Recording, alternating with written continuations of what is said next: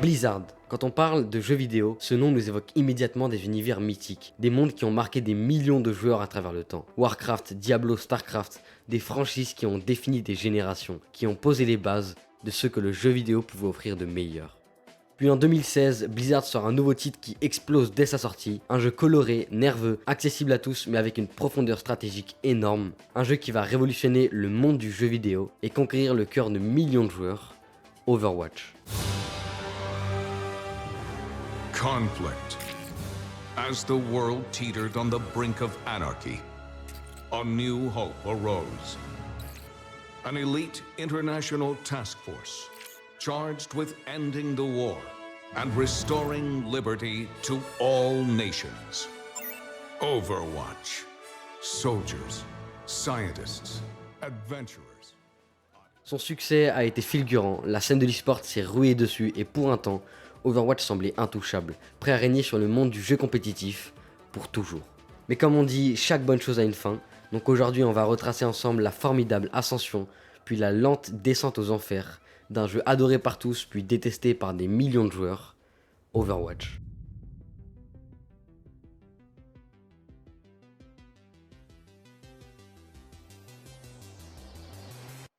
Dès son annonce à la BlizzCon en 2014, Overwatch suscite la curiosité de millions de joueurs. Blizzard, déjà légendaire grâce à des franchises comme Warcraft ou Starcraft, promet un jeu de tir en équipe d'un nouveau genre, une nouvelle direction artistique et des mécaniques jamais vues auparavant.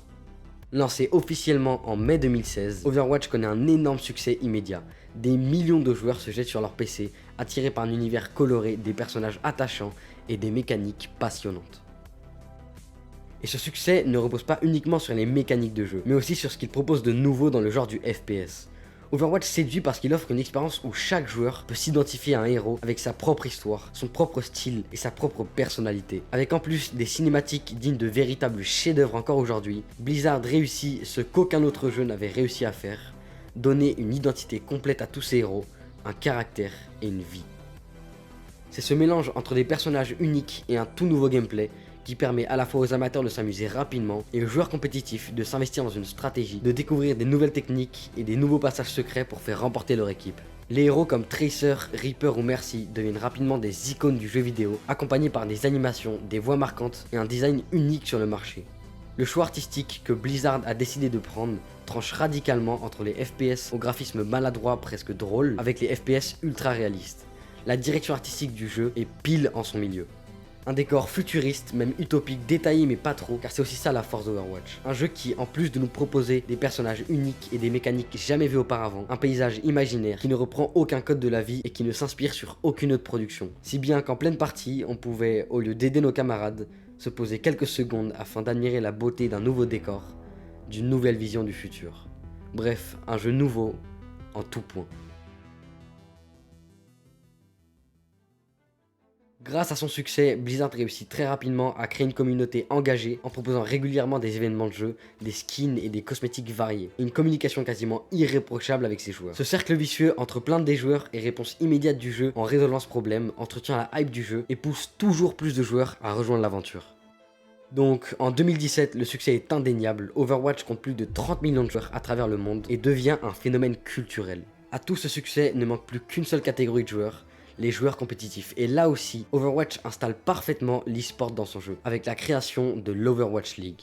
What Silkthread can do anymore, or kind of ask him what he can't. Can either switch to Widowmaker. I'm gonna call this the merry-go-round because it makes me laugh, makes me happy, and Sean Ball switches to the Widowmaker at just the right time. Closer drops down, and it's a day in the shooting range for Lane Roberts. The Canadian superstar unloads on a Spitfire. Hot was knocked away. Jesse gets aggressive with the fusion. Realize they're going to try and hold on. Oh, no! Parker hits the double bomb. But will it be enough? It looks like it will. He tries staying on his feet. Can't be taken down by murdering. But Prophet, are you kidding me? All on his own. The lone sniper.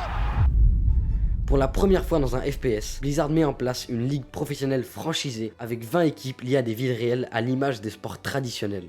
La finale de la saison rassemble près de 10 000 spectateurs en salle, accompagnés de centaines de milliers de fans suivant l'événement en streaming. Blizzard réussit à bâtir une industrie e-sport autour d'Overwatch en plus de son énorme succès auprès des joueurs occasionnels. Overwatch règne donc sur toutes les scènes du jeu vidéo et écrase tous les autres jeux avant de recevoir son titre bien mérité du meilleur jeu de l'année 2016. Mais c'est dans cette popularité croissante que se dissipe l'esprit d'un nouveau jeu chaotique et fun, pour laisser place à un jeu plus compétitif, et c'est là que les premiers problèmes apparaissent. Un énorme problème d'équilibrage commence à se faire ressentir auprès des joueurs, avec des héros qui deviennent indispensables et d'autres injouables. Et avec ces problèmes d'équilibrage naît la hantise de tout amateur de jeu, la méta. Des compositions d'équipes commencent à être bien plus puissantes que d'autres, l'originalité et la créativité du jeu disparaît petit à petit et est remplacée par des compositions d'équipes identiques à chaque partie. Et justement, la composition équilibrée du jeu de base étant 2 tanks, 2 DPS et 2 healers commence à disparaître pour laisser place à une composition résistante, imposante mais très ennuyeuse, 3 tanks et 3 healers.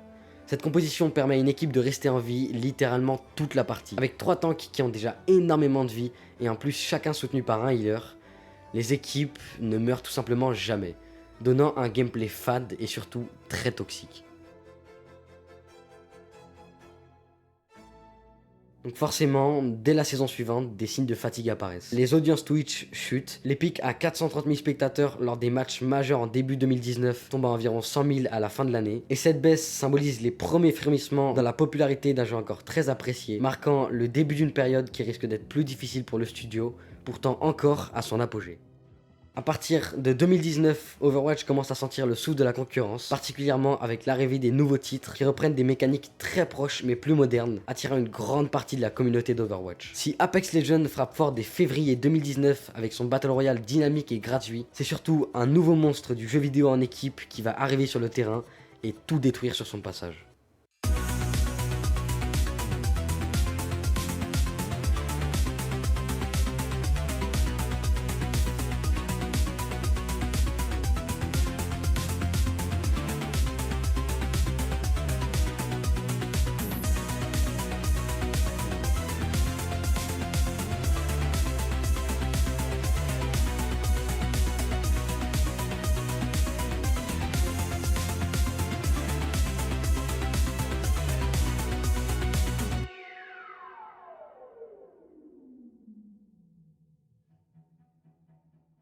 C'est Valorant, lancé en juin 2020 par Riot Games, qui va véritablement broyer Overwatch. Il reprend exactement le système d'Overwatch 5v5 avec capacité et approfondit ce concept de héros aux compétences uniques, mais l'inscrit dans un cadre plus compétitif, plus complexe, proche d'un Counter-Strike revisité, notamment avec le système d'achat d'armes. Le jeu est conçu pour être accessible, gratuit, avec en plus les mécaniques qui accueillent rapidement une communauté compétitive. En s'appuyant sur la réputation de Riot Games et le succès colossal de League of Legends, c'est plutôt simple, Valorant écrase Overwatch. En quelques mois, Valorant dépasse les plusieurs millions de joueurs actifs et son format très compétitif séduit autant les amateurs que les pros. Cette montée en puissance met Overwatch en difficulté, son modèle moins tactique, plus arcade et des mises à jour trop lentes dégradent la réputation de Blizzard face à l'énergie et la fraîcheur de Valorant avec Riot Games.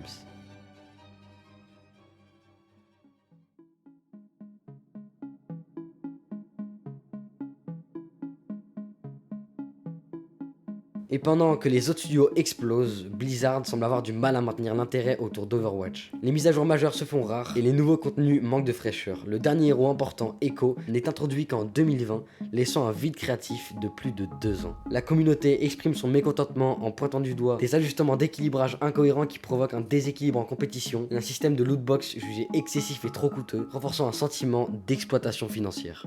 Un exemple marquant est en 2019 quand Blizzard fait polémique avec l'annonce d'un skin légendaire de Reaper vendu à 20 $. Un prix, on va se le dire, beaucoup trop cher pour un skin. Cette décision est emblématique d'une tendance qui s'installe. Les choix économiques de Blizzard détériorent la relation avec sa communauté. Et c'est logique, imaginez votre jeu préféré sombrer petit à petit dans une espèce de machine à fric qui vend quasiment des arnaques à ses joueurs. Et les problèmes ne s'arrêtent pas là, plusieurs petits scandales s'enchaînent. Bugs persistants, temps de réponse aux plaintes trop longs et des événements en jeu peu inspirés. L'image du jeu se détériore à chaque nouveau choix de Blizzard. Et petit à petit, l'intérêt décline. Le public commence à tourner la page, attiré par des expériences plus fraîches, tandis qu'Overwatch donne l'impression de stagner.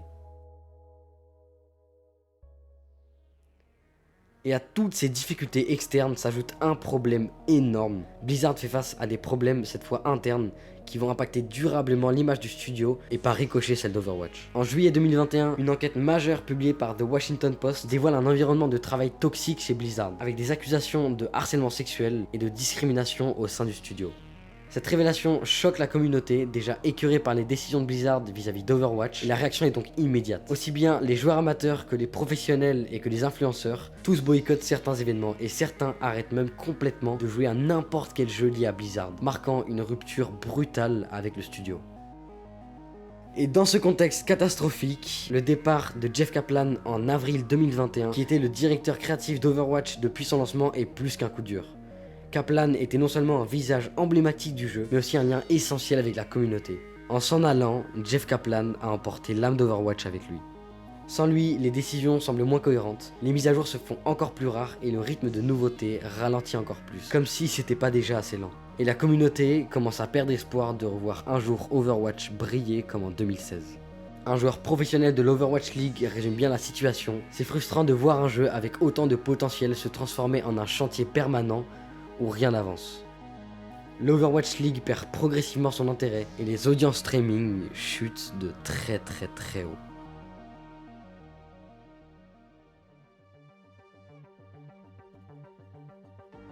Face à cette immense crise chez Blizzard, le studio prend une décision. Une décision qui, comme en 2016, pourrait révolutionner le monde du jeu vidéo. Une décision qui pourrait sauver leur jeu, sauver leur réputation, une décision qui pourrait faire renaître Blizzard. Cette décision, c'est la décision du lancement d'Overwatch 2.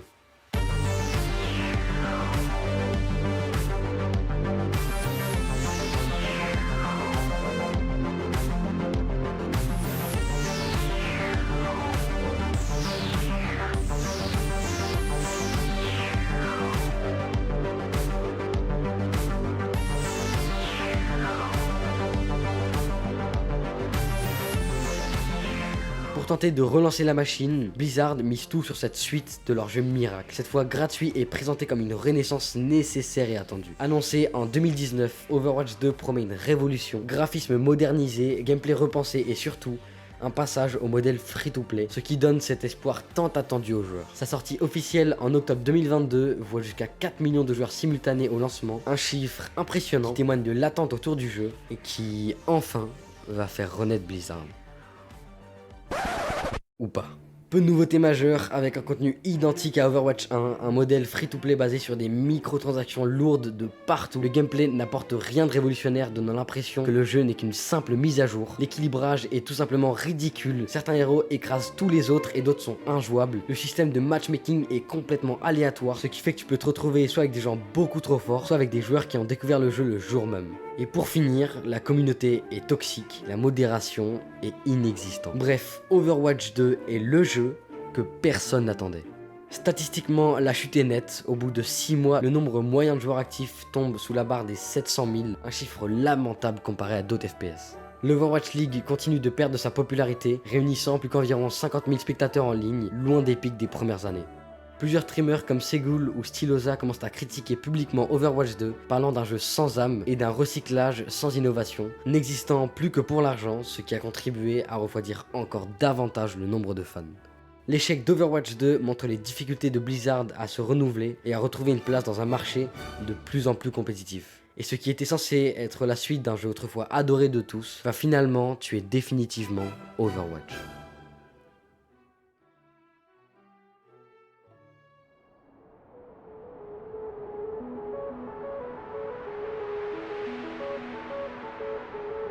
Aujourd'hui, Overwatch est souvent perçu comme un vestige d'une époque révolue.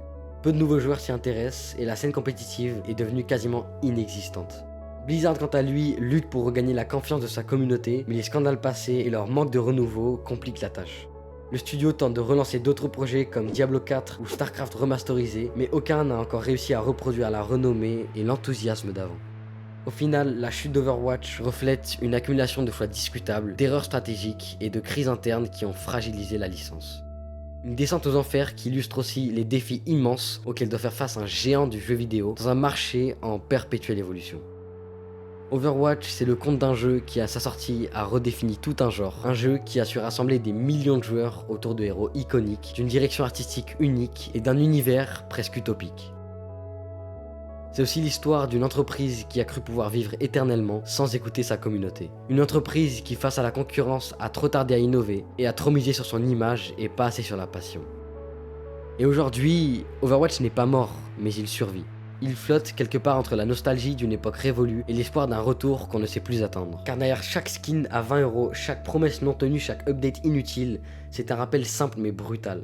Rien n'est éternel. Même les plus belles choses ont une fin. Et Overwatch, lui, a touché la sienne. Mais une fin ne signifie pas un oubli, parce qu'on se rappellera toujours des moments qu'on a vécu avec ce jeu. Des rires incontrôlables entre potes après une action improbable, des cris de victoire ou de rage en pleine partie à 2h du matin, des actions de génie ou de pure chance, des insultes envers ses healers ou bien des rencontres qu'on a fait grâce à ce jeu. On se souviendra des heures passées à tryhard, à découvrir chaque héros, chaque map, chaque stratégie, de ce sentiment unique qu'Overwatch savait offrir, celui d'une communauté passionnée. Alors oui, Overwatch est tombé, mais ce qu'il nous a laissé restera gravé à jamais.